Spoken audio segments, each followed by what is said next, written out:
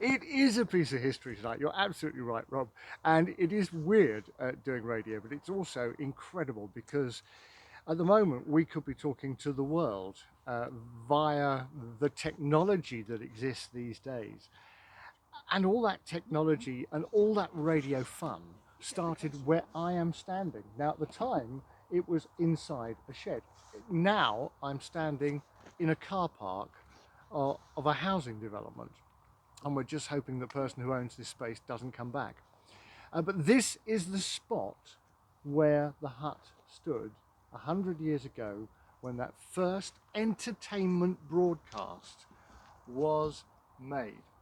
Let's find out more about that with my guest this evening, Alan Pamphiloy, who knows all about this. Boy, does he know, because he's an ex-Marconi boy himself. He now does tours and talks about the history of broadcasting in Essex, amongst other things. Alan, good evening. Good evening, Dave, and it's great to be on radio and going worldwide. And of course, we actually have a little audience here as well, which is fantastic. We thought we was going to be on our own tonight, didn't we? We thought we were just going to have a quiet chat in the car park, and we've got a nice crowd around us. Right, now look, just paint a picture for me of what this would have looked like 100 years ago today, right now, at what's the time? The time is just about 7:25. What would have been happening in that hut? Well, the guys they'd been already spent the afternoon up at the Cock and Bell pub, and they'd been planning the program. Now, they had to adhere to some really tight rules. They had to broadcast for 15 minutes. They were only allowed to use gramophone records, and they had to pause after every 15 minutes to make sure that there was no other traffic that was actually using the airwaves that they were interfering with. Because if they did, then they'd have to shut down. And they had a professional GPO, General Post Office listener, listening in to make sure that they didn't actually get any of this wrong. And this was a very big deal because radio had been around for a little time now, but it had been used for very serious purposes, hadn't it? Yeah, this was the first regular entertainment broadcast. This was under extreme pressure from the London Wireless Society, who were a collection of radio hams who had lobbied Parliament to make sure this happened. And the GPO had to relent because of all this pressure. And who were these guys who were running around in this shed 100 years ago right now? Well, there was a group of them. There were around about 8, and there was one woman, but they were led by Captain Peter Pemberton Eckersley, and he was an ex-Royal Flying Corps engineer, and they had been working on telephony for a long time, radio telephony. And that was because they'd been working on things like air traffic control for Croydon Airport. Right, so the serious stuff. And these were all hugely enthusiastic people, weren't they?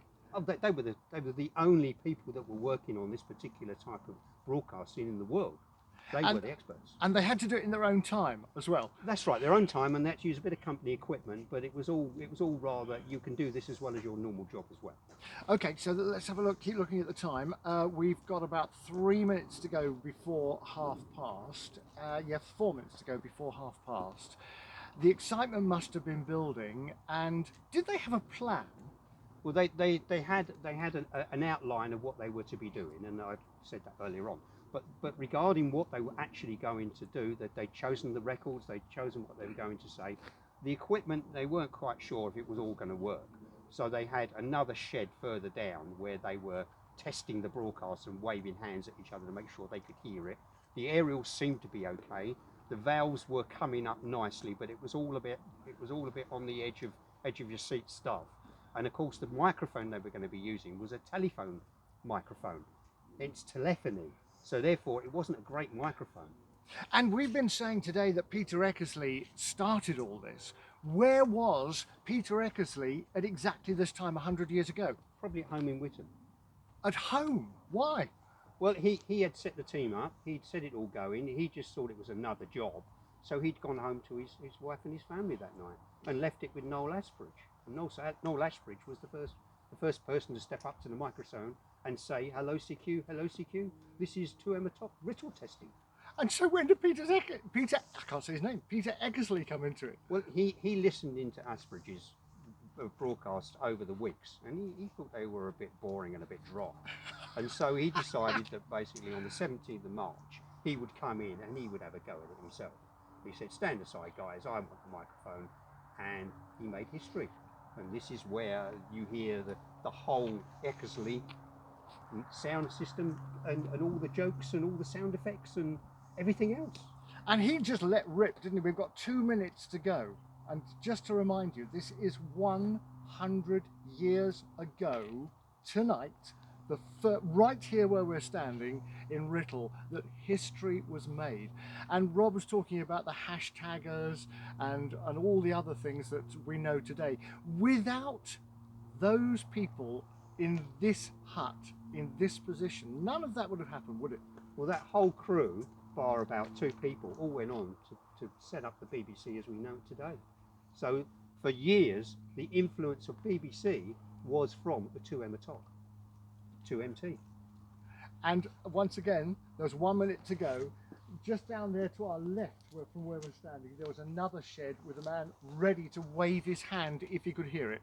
That's right. He was there, and to make sure that they could transmit and they were being heard, because they weren't even sure the signal was going out. And the passion for radio has continued. Hence the people that are standing in front of. Good evening. Good evening. Good evening. They're all being very quiet. They're all taking pictures. They're all taking videos of this, and I suspect that these are going to be on websites all over the place. This is really momentous. It really is the actual place where it all happened 100 years ago to the minute.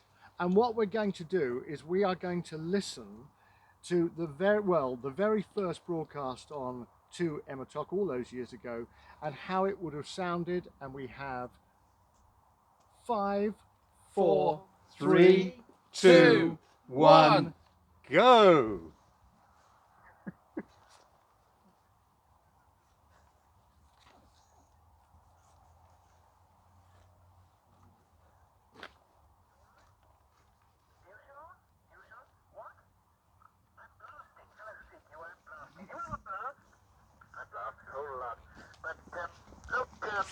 You want to pick up off the back of this, Dave, yeah? Yep. I'm afraid rather serious things have happened this evening.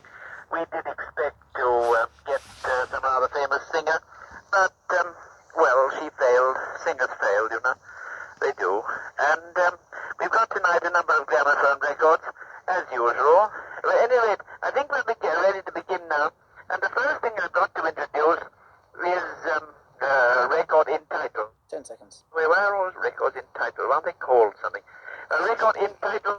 5, going live. Maybe Mine. Well, let's actually have a listen to that, shall we? Because the first record they played was a very special record, wasn't it? It was the floral dance. And what we have done, we have taken that original record. We have also recorded the wonderful young people at the Writtle Junior and Infant School. And we have mixed the two sounds together, 100 years ago and 100 years on, with the floral dance.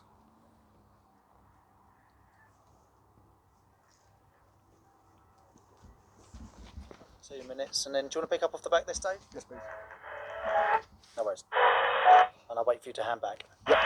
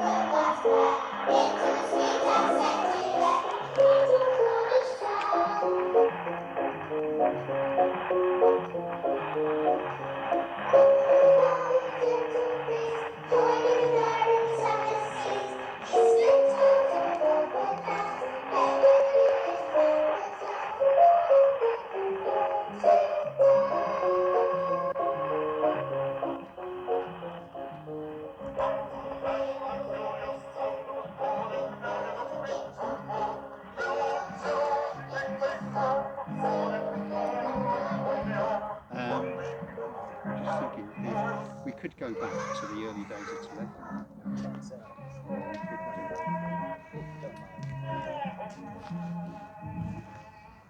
How things change in 100 years. And once again, thank you so much to the young people and all the teachers from Writtle Junior and Infant School who've been so involved in this whole process, haven't they, Alan?